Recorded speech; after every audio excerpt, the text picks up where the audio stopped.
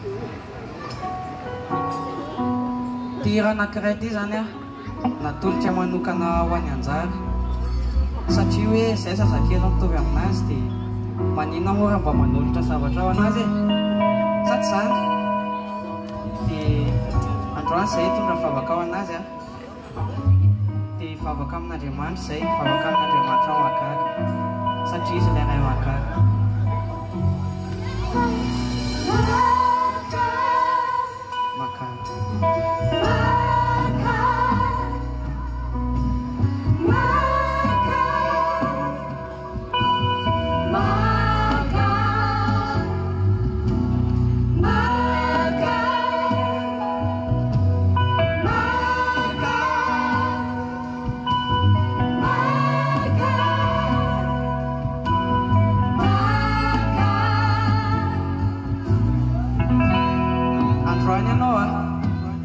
voatery hoe ame vola manetsina matapitrisana vao afaka anampina ny anjara fa androany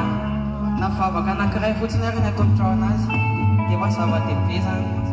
dia androany amintsika ndao araka tena iompo hifavaka ao anazy androany hifavaka amin'Andriamanitra tsika dia manasantsika rehetra ary hivavaka Jesosy io hifavaka aminao zay androany hitanao Jesosy io izandronay iny marary izy Jesosy io tena mijaly izy fa androany Jesosy mihindro zay fa hainao manafaka anazy mihindro zay Jesosy fa hainao manasitrana anazy ka androany Jesosy maneho fagagany ianao Jesosy androany dia ho sitrana izy Jesosy dia ho afaka izy amin'ny aretina mahazo anazy sotra Tompo alleluia amen.